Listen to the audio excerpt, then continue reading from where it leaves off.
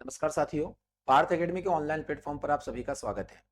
जैसा आप सभी जानते हैं, हम प्रतिदिन बायोलॉजी से महत्वपूर्ण प्रश्नों की श्रृंखला को कंटिन्यू कर रहे हैं। प्रतिदिन हम लोग 20-20 क्वेश्चंस की श्रृंखला को पूरा कर रहे हैं, जिसमें आने वाले सभी परीक्षाओं में महत्वपूर्ण प्रश्नों को हम डिस्कस कर रहे हैं। हम तक अभी तक इस श्रृंखला के पार्ट 19 को मॉक 18 को डिस्कस कर चुके हैं। आज का दिन मैं लेकर आया हूं मॉक 19। मॉक 19 में 20 क्वेश्चंस को हम लोग आज डिस्कस करने वाले हैं। कल के सेशन का जो होमवर्क वाला क्वेश्चन है आज हम डिस्कस करेंगे। शुरुआत करते हैं इस सेशन के होमवर्क वाले प्रश्न से, जिसमें पहला प्रश्न मैंने आप लोगों को दिया था कल के लिए कि यहाँ जीवाणुओं की जो रोम जैसी संरचना होती है उसे क्या कहा जाता है। जीवाणु के अंदर रोम जैसी संरचना को क्या कहा जाता है? आप सभी ने कमेंट बॉक्स में इसका जवाब दिया था। Option number A, flagella. Flagella को आप लोगों ने सही यहां पर बताया था। तो मैं आपको बताना चाहूंगा कि जो बैक्टीरिया होते हैं इन बैक्टीरिया के अंदर हेयर लाइक स्ट्रक्चर होती है, जिसे हम लोग पूंछ जैसी संरचना कहेंगे। और इस पूंछ जैसी संरचना का जो नाम होगा, ये नाम होगा फ्लैजिला। क्या कहा जाता है इसे? फ्लैजिला के नाम से इसको हम लोग कहते हैं। ये यहां पर हम लोग देखेंगे प्रसलन के लिए प्रमुख अंग माने जाते हैं। बैक्टीरिया में या सभी सूक्ष्म जीवों में प्रसलन हेतु विशेष प्रकार के अंग पाए जाते हैं। अगर हम लोग बात करेंगे अमीबा की, तो अमीबा के अंदर, अमीबा भी एक कोशिकीय जीव माना जाता है। इसके अंदर कुछ सुडोपोडिया नामक स्ट्रक्चर, या जिन्हें हम लोग कुटपाद के नाम से जानते हैं, ये कुटपाद बन जाते हैं। वही अगर हम लोग पैरामीशियम को डिस्कस करें तो पैरामीशियम में भी छोटे छोटे आउटर स्ट्रक्चर में ऐसे रोम जैसी स्ट्रक्चर पाई जाएगी। और ये रूट हेयर स्ट्रक्चर जैसे इनको इनको हम लोग नाम देंगे सिलिया। ये नाम से जानी जाती है सिलिया। तो अलग अलग सूक्ष्म जीवों में प्रसलन हेतु अलग अलग प्रकार के अंग पाए जाते हैं। तो यहां इसका सही जवाब होने वाला है ऑप्शन नंबर ए, यानी कि फ्लैजिला, जो इस होमवर्क का सही क्वेश्चन होगा। तो चलिए सेशन के पहले प्रश्न से हम शुरुआत करेंगे। इस सेशन का पहला क्वेश्चन है 20 सीरीज का। मानव शरीर का कौन सा अंग टाइफाइड से मुख्य रूप से प्रभावित होता है? टाइफाइड, जिसे हम लोग आंत ज्वर के नाम से भी जानते हैं, टाइफाइड के होने से या इसे मोतीजरा के नाम से भी सामान्यतः जाना जाता है। मोतीजरा या टाइफाइड में शरीर का कौन सा अंग प्रभावित होता है? मैं आपको इसकी जानकारी देना चाहूंगा। टाइफाइड हमारे अंदर बैक्टीरियल डिसीज होता है। यह जीवाणु से होने वाला एक रोग होता है। बैक्टीरिया से होने वाले इस रोग में सबसे ज्यादा अगर प्रभावित कोई अंग होता है, वह है आंतें। आते यहाँ एक बैक्टीरिया जिसका नाम होता है साल्मोनेला टाइफी नामक बैक्टीरिया। और यह बैक्टीरिया आंतों की क्रियाविधि को प्रभावित करने वाला बैक्टीरिया माना जाता है। आंतों को प्रभावित करता है, इंटेस्टाइनल इससे इफेक्ट होगी। तो यहाँ हम लोग ऑप्शन पढ़ेंगे आमाशय, गुर्दे, फेफड़े या आंत। तो ऑप्शन नंबर डी इस प्रश्न का बिल्कुल सही जवाब हम लोग देखेंगे, टाइफाइड। टाइफाइड की एक महत्वपूर्ण जांच हम लोग पढ़ते हैं, जिसे हम लोग विडॉल टेस्ट के नाम से जानते हैं। कि विडॉल टेस्ट किसके लिए करवाया जाता है, या कौन सी बीमारी का पता लगाने के लिए विडॉल नामक परीक्षण करवाया जाता है? इसका सही जवाब हो जाएगा टाइफाइड। चलिए इस श्रृंखला के दूसरे क्वेश्चन पर हम लोग बढ़ेंगे।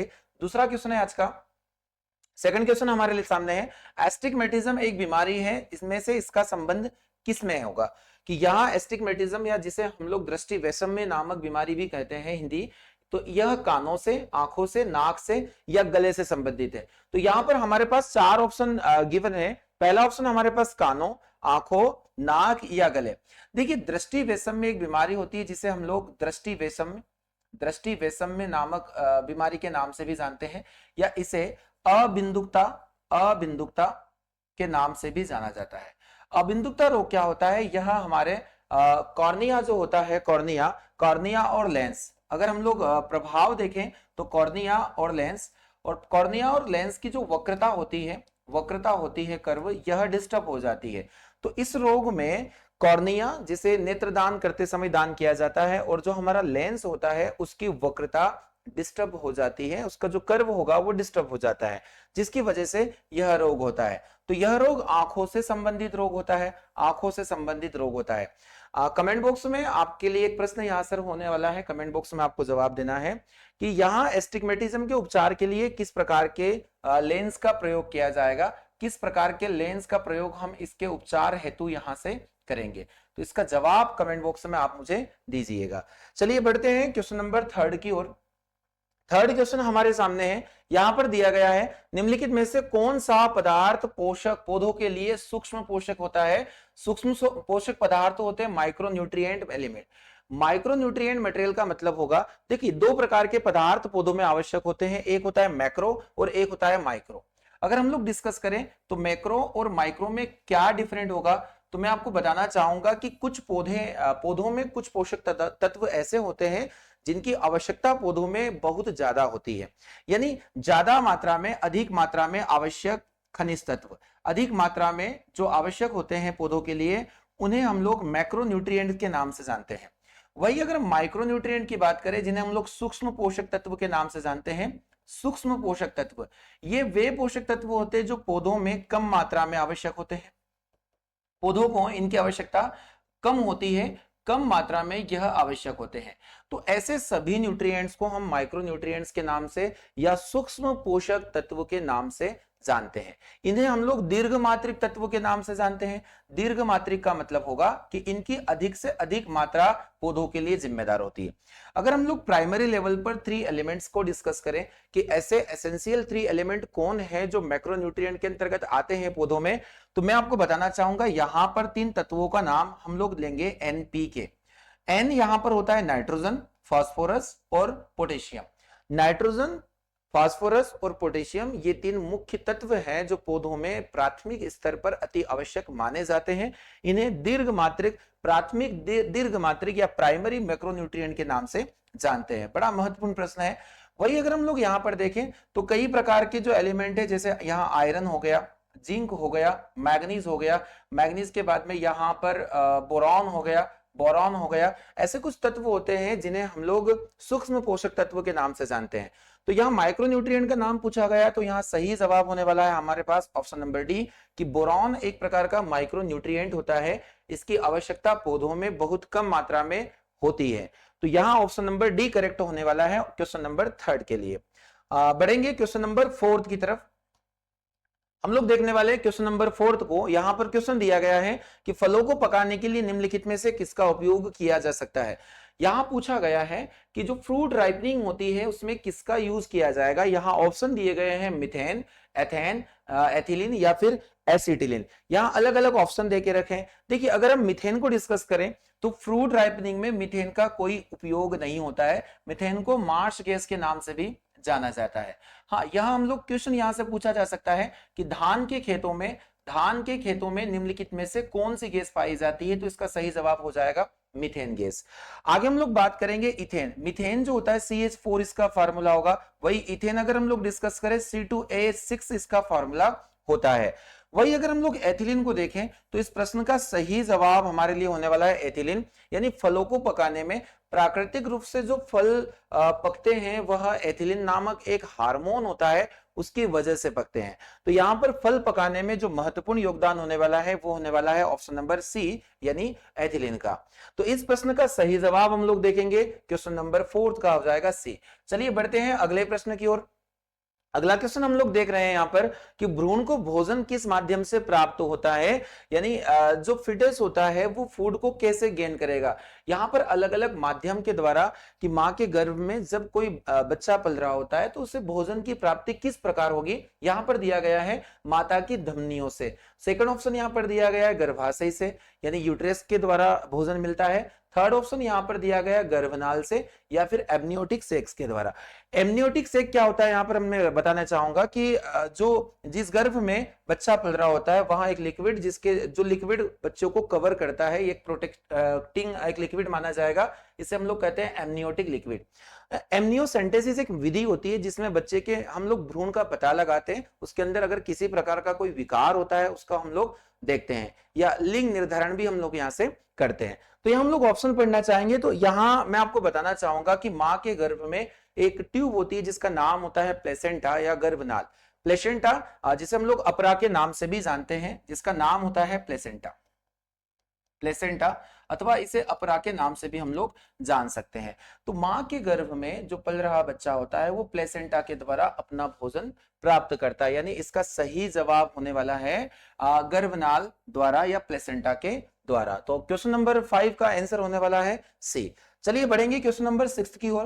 क्वेश्चन नंबर 6 हमारे सामने है कि एक शाकाहारी को अपने शरीर के लिए आवश्यक फास्फोरस कहां से मिलता है। दिए गए ऑप्शन में से कौन एक शाकाहारी के लिए फास्फोरस का सबसे अच्छा स्रोत माना जाएगा? यहाँ पर ऑप्शन दिए गए हैं। वेजिटेरियन के लिए हमें देखना है तो यहाँ पर सोयाबीन, सोयाबीन प्रोटीन का सबसे अच्छा स्रोत माना जाता है, क्योंकि हम लोगों ने पढ़ा है कि सोयाबीन में 35 से लेकर 42 यानी 35 से 42% तक जो प्रोटीन है वो अवेलेबल रहता है। प्रोटीन का सबसे अच्छा स्रोत माना जाता है सोयाबीन। वही अगर हम लोग मछलियों की बात करें तो अलग अलग प्रकार के जो विटामिन होते हैं वो मछलियों से हम लोगों को प्राप्त हो जाते हैं। वही अगर चावल की बात करें तो चावल कार्बोहाइड्रेट का एक सबसे अच्छा स्रोत माना जाता है, कार्बोहाइड्रेट का सबसे अच्छा सोर्स माना जाता है। वही अगर हमारे पास लास्ट ऑप्शन हम देखें तो मिल्क है या दूध, एक शाकाहारी के लिए जो सबसे अच्छा फास्फोरस का स्रोत माना जाएगा वह दूध। दूध और दूध से बने सभी उत्पादों में फास्फोरस, कैल्शियम और फास्फोरस की प्रेजेंस होती है, तो दूध फास्फोरस का एक सबसे अच्छा स्रोत माना जाता है। तो चलिए बढ़ते हैं अगले प्रश्न की ओर। क्वेश्चन नंबर 6 का सही जवाब हम लोगों ने डी को चूज किया है। क्वेश्चन नंबर 7 देखने वाले हैं हम लोग। क्वेश्चन नंबर 7 है, यहां पर प्रोटीन क्या है? What is protein? प्रोटीन इनमें से क्या है? क्या प्रोटीन एक पॉलीपेप्टाइड्स है? क्या प्रोटीन पॉली एसिडेट्स है या फिर पॉलीएस्टर है या पॉलीसेकेराइड के नाम से हम लोग देखेंगे। देखिए ऐसे बहुत अच्छे क्वेश्चन है, यूनिक क्वेश्चन माने जाते हैं, एग्जाम्स इनको स्पेशली टारगेट करेगा। तो प्रोटीन को अगर हम लोग देखें तो प्रोटीन एक प्रकार का नाइट्रोजन युक्त पदार्थ माना जाता है, एक नाइट्रोजन युक्त पदार्थ माना जाता है। अगर हम लोग प्रोटीन के कुछ छोटे छोटे यूनिट्स को देखें तो ये छोटे छोटे यूनिट्स अगर हम लोग देखें, हमारे शरीर में प्रोटीन अंतिम रूप से अमीनो अम्ल में बदलता है। प्रोटीन हमारे शरीर में अंतिम रूप से अमीनो अम्ल में बदलता है। शरीर में कुल 20 प्रकार के एमिनो एसिड पाए जाते हैं, 20 प्रकार के एमिनो एसिड पाए जाते हैं।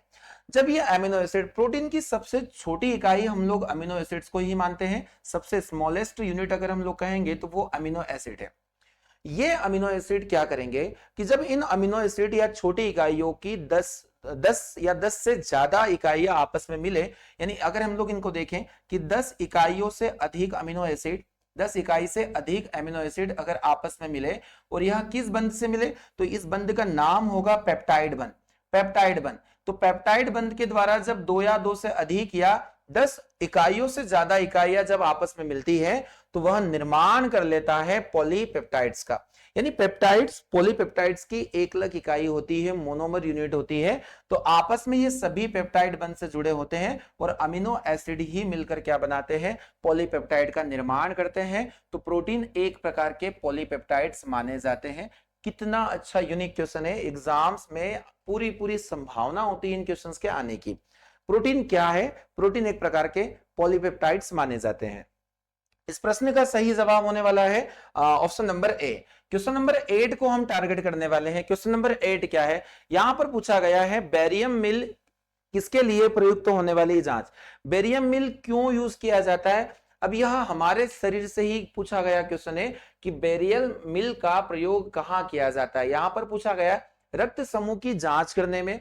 सेकंड ऑप्शन है इसका कि पोषण नाल, पोषण नाल जिसे हम लोग न्यूट्रिशनल कैनाल के नाम से जानेंगे, इसकी एक्स किरणों को, या फिर मस्तिष्क का एक्स किरण, या फिर इन तीनों में से कोई नहीं। देखिए बहुत यूनिक क्वेश्चन है। बेरियम मिल की अगर हम लोग बात करें, बेरियम मिल क्या होता है, बेरियम मिल क्या होगा, इसे मैं आपसे बहुत अच्छे से डिस्कस करने वाला हूं।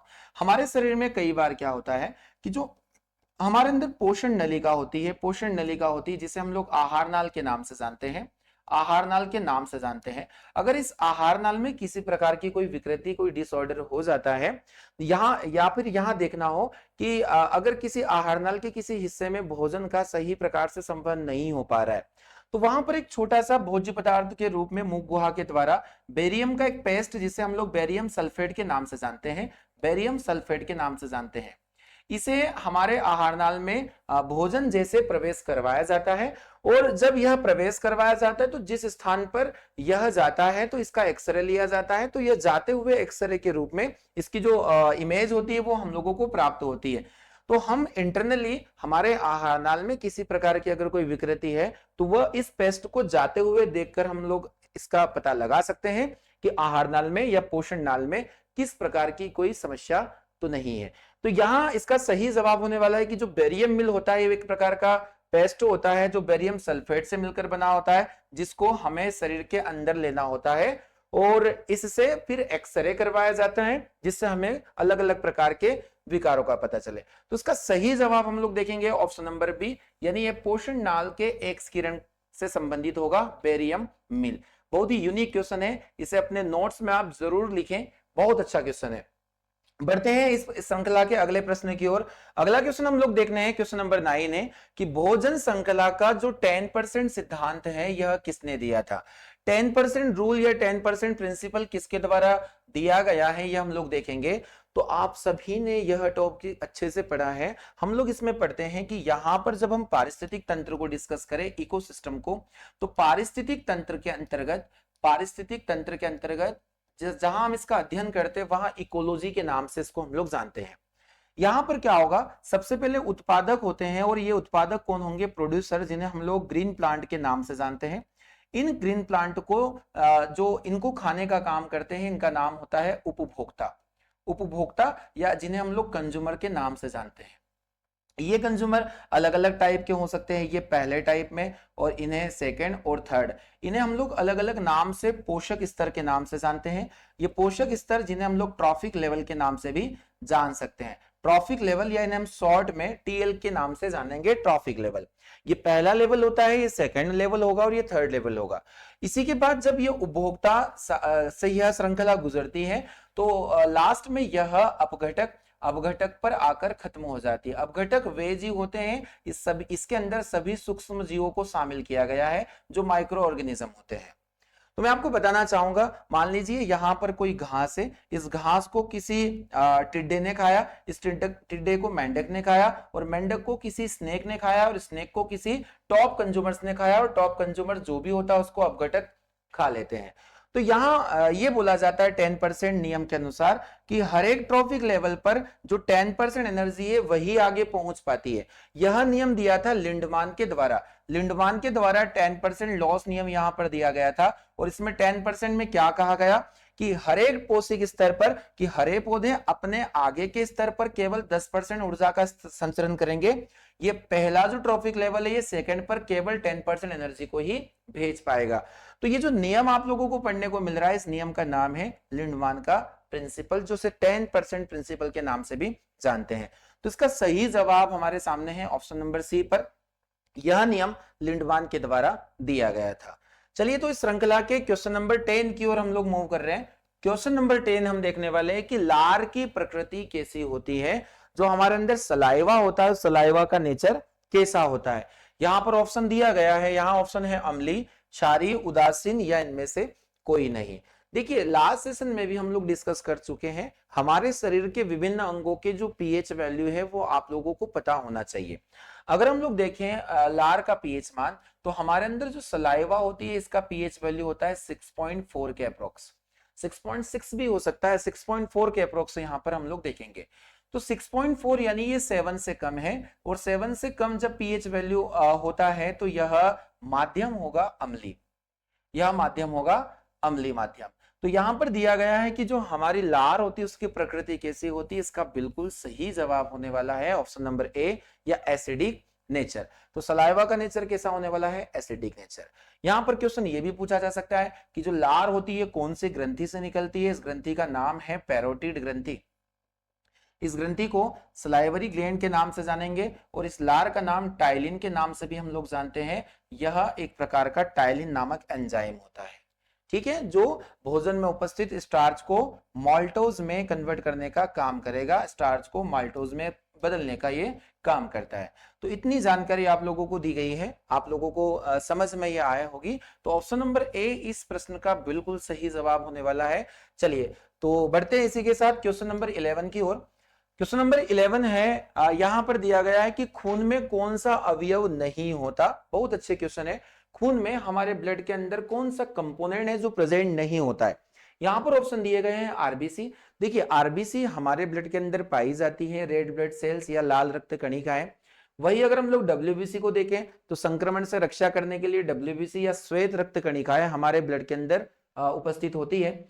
वही अगर हम लोग यहां पर दें अगर प्लाज्मा की, तो हमारे अंदर ब्लड में प्लाज्मा वाला भाग भी पाया जाता है जो हमारे कुल रक्त का 55% जो एरिया है वो बनाने का काम करेगा। और ऑप्शन नंबर सी, यहां पर कुछ अन्य एग्जाम्पल दिया गया है, तो यह हमारा बिल्कुल सही आंसर हो जाएगा कि यहां यह रक्त में नहीं पाया जाता। आरबीसी, डब्ल्यूबीसी और जो प्लाज्मा है ये हमारे भाग होते हैं।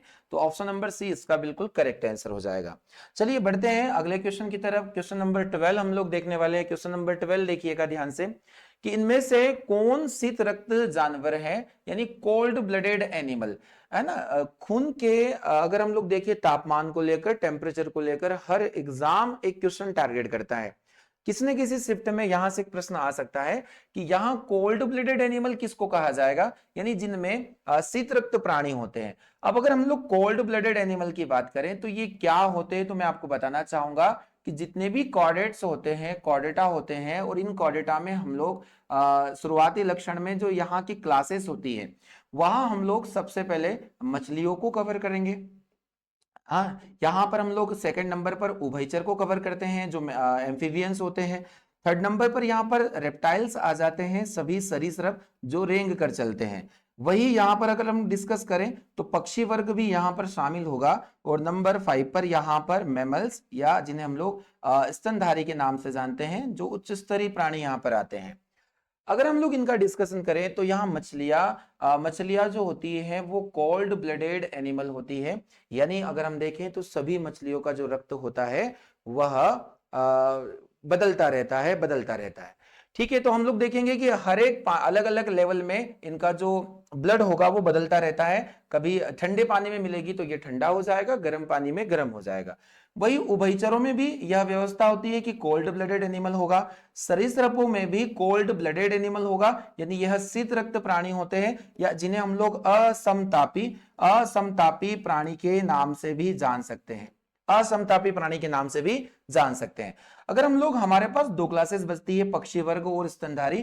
तो इन दो क्लासेस में अगर हम लोग देखें तो यहां पर ये जो जानवर होते हैं वो समतापी प्राणी के नाम से जाने जाते हैं, यानी जिन्हें हम लोग वार्म ब्लडेड या गर्म खून के जानवर भी इन्हें हम लोग बोल सकते हैं। अब गर्म खून के जानवर का मतलब होगा कि पक्षी वर्ग और स्तनधारी में जो ब्लड होगा उसका टेम्परेचर एक स्टैटिक टेम्परेचर होता है, नियत तापमान होता है। जैसे हमारे बॉडी में नियत तापमान का ब्लड पाया जाता है, तो वही यहां पर ब्लड के टेम्परेचर को लेकर भी क्वेश्चन एग्जाम्स में पूछा जाता है। चलिए यहां पर हम लोग ऑप्शन देख लेते हैं। छिपकली अगर हम लोग देखें तो छिपकली एक प्रकार का रेप्टाइल होती है, और ये रेप्टाइल में हो जाएगा। तो यहाँ कोल्ड ब्लडेड एनिमल मेंढक और मछली और उपयुक्त सभी, तो यहां दिए गए सभी ऑप्शन इसके बिल्कुल करेक्ट आंसर होने वाले हैं, क्योंकि छिपकली, मेंढक और मछलियां ये तीनों कोल्ड ब्लडेड एनिमल के अंतर्गत आते हैं। केवल पक्षी और स्तनधारी वार्म ब्लडेड होंगे या समतापी प्राणी माने जाते हैं। तो बढ़ते हैं श्रृंखला के अगले प्रश्न की ओर। क्वेश्चन नंबर 13 हम लोग देखने वाले हैं आज। क्वेश्चन नंबर 13 है, हर्बेरियम इनमें से क्या है। बहुत अच्छा टर्म है यहाँ पर हर्बेरियम। आप सभी को पता होगा हर्बेरियम के बारे में कि हर्बेरियम यहाँ पर क्या दिया गया है। चलिए इसके ऑप्शन को हम लोग पढ़ लेते हैं, फिर हम लोग इनको समझेंगे। कि यहाँ पर दिया गया सूखे हुए रूप से जड़ी बूटियों का संग्रह करना, यानी जितने भी हर्ब्स प्लांट होते हैं उन्हें ड्राई करने के बाद में कलेक्ट करना। अगला दिया है इसके अंदर, एक उद्यान जहां विभिन्न प्रकार की जड़ी बूटियां पाई जाती है, यानी कोई एक ऐसा गार्डन है जहां पर हर्ब प्लांट पाए जाते हैं। यहां पर दिया गया एक केंद्र जहां चिकित्सा उपयुक्त पादपों का संग्रह किया जाता है। और लास्ट ऑप्शन यहां पर दिया गया एक केंद्र जहां पादपों के सूखे नमूनों का संरक्षण भी किया जा सकता है। देखिए मैं बताना चाहूंगा कि हर्बेरियम एक ऐसी तकनीक होती है जिसमें हम लोग प्लांट्स को लंबे समय तक प्रिजर्व करते हैं, या सुरक्षित रखने के लिए हम लोग क्या करते हैं कि इन्हें एक सुरक्षित वातावरण में रखते हैं, कि जो भी हर्ब प्लांट होंगे उन्हें ड्राई करने के बाद उन्हें लंबे समय तक सुरक्षित रखने के लिए, जैसे अनुसंधान कार्य होते हैं, रिसर्च वर्क के लिए इन प्लांट्स को रखा जाता है, ताकि लंबे समय तक इन प्लांट्स का स्टडी किया जा सके। तो यहां पर अगर हम सही जवाब देखें तो क्वेश्चन नंबर 13 का बिल्कुल करेक्ट आंसर होने वाला है हमारे लिए ऑप्शन नंबर ए, कि सूखे रूप से जो जड़ी बूटियां होती है उनका संग्रह करना, या जितने भी पादप होते हैं उनको कलेक्ट करना, ड्राई करने के बाद इन्हें लंबे समय तक रखा जा सकता है। तो सही जवाब हो जाएगा हर्बेरियम का ऑप्शन नंबर ए। चलिए क्वेश्चन नंबर 14 पर हम लोग मूव कर रहे हैं। क्वेश्चन नंबर 14 आप देख पा रहे हैं सभी लोग कि इनमें से कौन सा मांसभक्षी पौधा है या कार्निवोरस प्लांट के नाम से जाना जाता है। पौधा जो मांस का भक्षण करता है, इसे हम लोग देखेंगे। आप सभी ने कुछ पौधों का नाम सुना होगा। कुछ पौधे ऐसे होते हैं जो कीट का भक्षण करते हैं, जिन्हें हम लोग इंसेक्टिवोरस प्लांट के नाम से भी जानते हैं या कीट भक्षी पौधों के नाम से भी जानते हैं। आप लोग सोच रहे होंगे कि क्या इन पौधों के अंदर फोटोसिंथेसिस की प्रोसेस नहीं होती है इसलिए कीटों का भक्षण करते हैं? तो बिल्कुल गलत बात होने वाली है, क्योंकि ये पौधे कीटों का भक्षण केवल और केवल अपने अंदर नाइट्रोजन की पूर्ति करने हेतु करते हैं। नाइट्रोजन की कमी को पूरा करने के लिए, नाइट्रोजन की कमी को पूरा करने के लिए ये पौधे कीटों का भक्षण करते हैं। इनमें प्रकाश संश्लेषण की प्रक्रिया होती है, ये स्वपोषी होते हैं। ये कीटों का भक्षण केवल इसलिए करते हैं ताकि ये नाइट्रोजन की कमी वाले जोन में उगते हैं और वहां ये नाइट्रोजन की आपूर्ति कर पाए। अगर हम लोग देखें तो यहाँ एग्जाम्पल के तौर पर हम लोग यहाँ देखते हैं कलश पादप नेफेंथिस, है ना। नेफेंथिस आप लोगों ने पढ़ा होगा। नेफेंथिस एक प्लांट होता है जिसे हम कलश पादप के नाम से भी जानते हैं। वैसे यहाँ एक प्लांट होता है ड्रोसेरा। ड्रोसेरा एक प्लांट होता है, यह भी एक कीटभक्षी पौधा है। वैसे यहां पर हम लोग देखेंगे संड्यू। संड्यू एक कीटभक्षी पौधा है। यहां पर वही होगा, एक ब्लेडर वर्ल्ड प्लांट होता है। ब्लेडर वर्ल्ड प्लांट होता है जिसे हम लोग यूट्रिकुलेरिया के नाम से भी जानते हैं। यूट्रिकुलेरिया, और यूट्रिकुलेरिया एक प्रकार का जली कीटभक्षी पौधा होता है। यह जल के अंदर पाया जाता है और यह एक मांस भक्षी पौधा भी माना जाता है। तो यहां हम लोग सारे ऑप्शन पढ़ लेते हैं। हिबिस्कस यहां पर दिया है, हिबिस्कस का रॉन्ग आंसर होने वाला है। यहाँ वाटर वर्ड भी दे के रखा है, पॉम्पी भी दे के रखा है या मिमोसा। अच्छा, वाटर वर्ड की जगह यहाँ पर आप ब्लेडर वर्ड कर लीजिएगा। यह ब्लेडर वर्ड लिखा हुआ है, यानी यूट्रिकुलेरिया इसका सही जवाब होने वाला है। ब्लेडर वर्ड प्लांट या फिर यूट्रिकुलेरिया पादप जो जलीय कीटभक्षी पौधा माना जाता है। ऑप्शन नंबर बी इस क्वेश्चन के लिए सही जवाब। आप सभी एग्जाम्पल को यहां से लिख लीजिएगा या स्क्रीनशॉट ले लीजिएगा ताकि हमें ये आने वाले एग्जाम्स में हमें ये टारगेट कर पाए। चलिए क्वेश्चन नंबर 15 पर हम लोग बढ़ेंगे। क्वेश्चन नंबर 15 होते हैं, देख रहे हैं कि यहाँ ट्रेडमिल टेस्ट के नाम से एक टेस्ट देके रखा गया है। ट्रेडमिल टेस्ट कौन सी चिकित्सा से संबंधित होता है? बहुत अच्छा प्रश्न है। शायद अभी तक आप लोगों ने ऐसे प्रश्न को नहीं देखा है कि ट्रेडमिल टेस्ट कौन सी चिकित्सा से संबंधित होता है। तो अगर यहां पर ऑप्शन हम लोग देखें तो पहला ऑप्शन यहां पर दिया गया है हृदय, हार्ट से रिलेटेड, या फिर लंग्स या फेफड़े या किडनी, या फिर हम लोग देखेंगे पैर।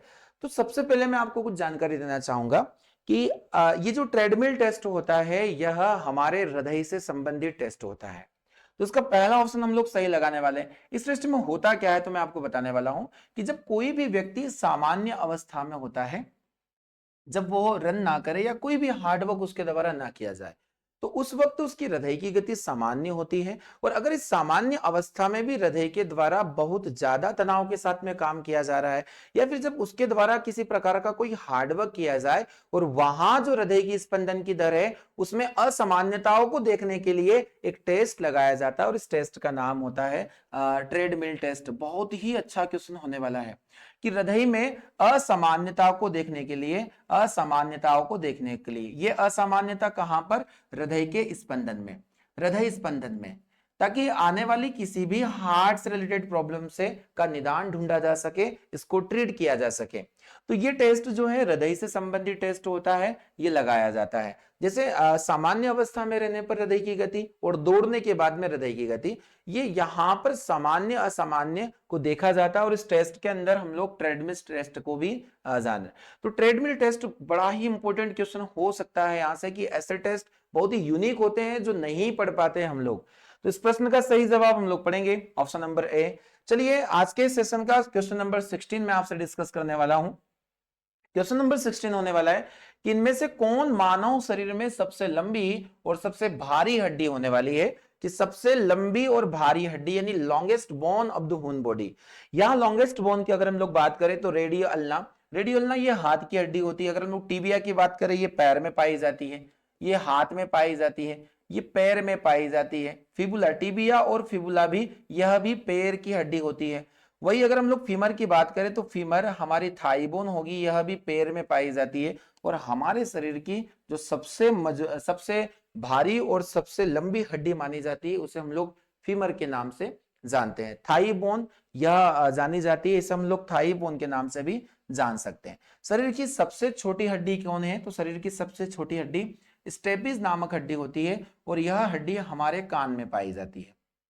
अगर हम लोग मजबूत की बात करें तो शरीर की सबसे मजबूत हड्डी मैंडिबल नामक हड्डी होती है और यह मैंडिबल हड्डी कहाँ पाई जाती है? यह जबड़े में पाई जाती है, लोअर जो या निचला जबड़ा। तो निचले जबड़े में पाई जाने वाली हड्डी क्या होगी? मैंडिबल होगी। चलिए बढ़ते हैं, इस प्रश्न का सही जवाब हम लोगों ने डी को चुना है। क्वेश्चन नंबर 17 की ओर बढ़ेंगे आज के सेशन का। क्वेश्चन नंबर 17, क्वेश्चन है कॉलेरा इनमें से क्या होता है? कॉलेरा किसे कहेंगे? तो कॉलेरा यहां पर बैक्टीरिया द्वारा होगा।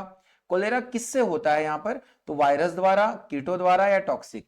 देखिए कॉलेरा अगर हम लोग डिस्कस करें तो कॉलेरा एक ऐसी बीमारी है जिसे हम लोग हैजा के नाम से भी जानते हैं। कोलेरा को हैजा के नाम से भी जानते हैं। आज के एग्जाम्स में यह हैजा के नाम से ना पूछते हुए कॉलेरा के नाम से पूछा जाएगा। यह रोग जो है बैक्टीरिया के द्वारा होगा, जीवाणु के द्वारा होगा। कौन से बैक्टीरिया के द्वारा? इसका नाम है विब्रियो कोलेरी नामक बैक्टीरिया। विब्रियो कोलेरी नामक जीवाणु के द्वारा यह रोग होता है। और हैजा जो होगा यह दूषित गंदे जल और भोजन के सेवन से भी फैलता है। गंदे जल वह भोजन के सेवन से भी फैलता है। तो यहां इसका सही जवाब होने वाला है बैक्टीरिया, कि कोलेरा एक प्रकार के बैक्टीरिया द्वारा फैलने वाला रोग होता है। क्वेश्चन नंबर 17 के लिए सही जवाब होने वाला है बैक्टीरिया। बढ़ते हैं क्वेश्चन नंबर 18 की ओर। क्वेश्चन नंबर 18 हम लोग देख पा रहे हैं कि इनमें से कौन द्विबीजपत्री कौन है? यहां जो ऑप्शन हम लोगों को दिए गए हैं, द्विबीजपत्री क्या होते हैं? देखिए दो अलग अलग पौधे हमारे पास है। एक होता है एक बीजपत्री, या इसको हम लोग मोनोकॉट के नाम से जानते हैं, मोनोकॉट प्लांट।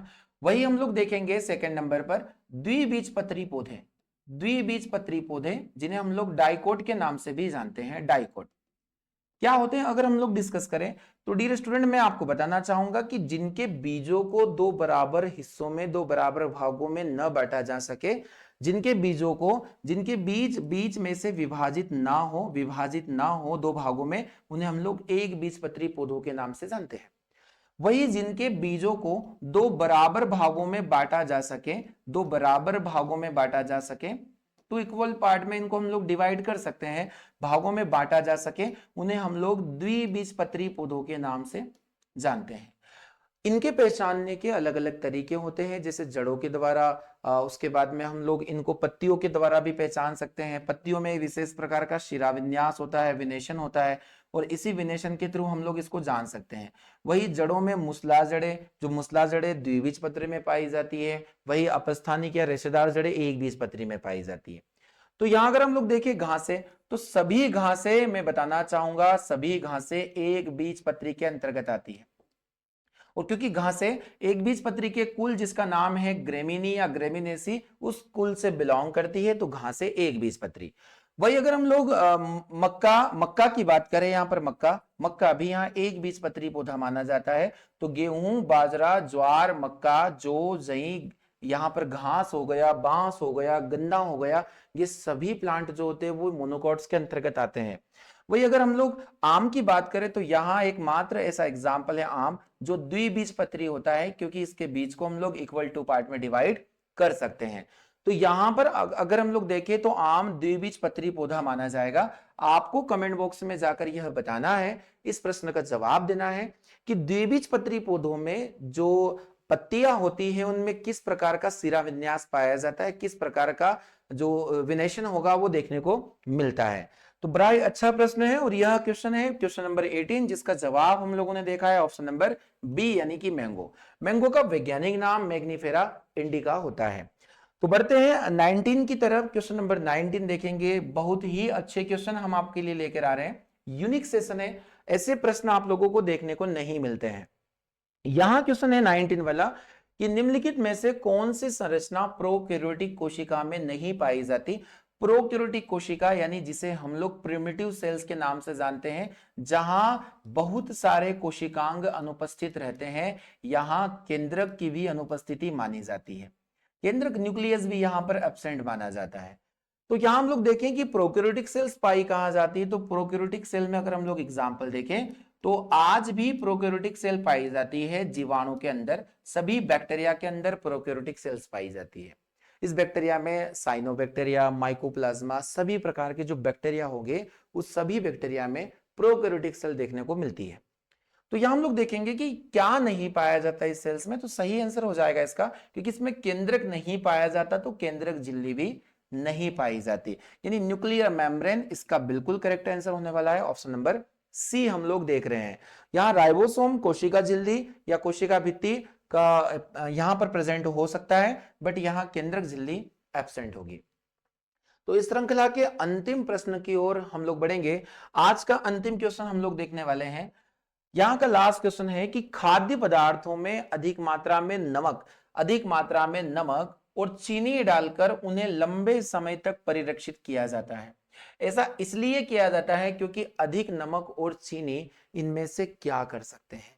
देखिए, बड़ा शानदार प्रश्न है, कितने अच्छे से इस प्रश्न को फ्रेम किया गया है। एग्जाम्स में आने की संभावना ऐसे प्रश्नों की ज्यादा है। तो यहां पर जब हम लोग किसी फूड मटेरियल को देखें तो उसमें हम लोग नमक और चीनी को डालकर उन्हें लंबे समय तक, जैसे अचार हम लोग इसका एक बेस्ट एग्जांपल ले सकते हैं, जहां पर हम लोग नमक को मिलाते हैं क्योंकि वो लंबे समय तक खराब ना हो।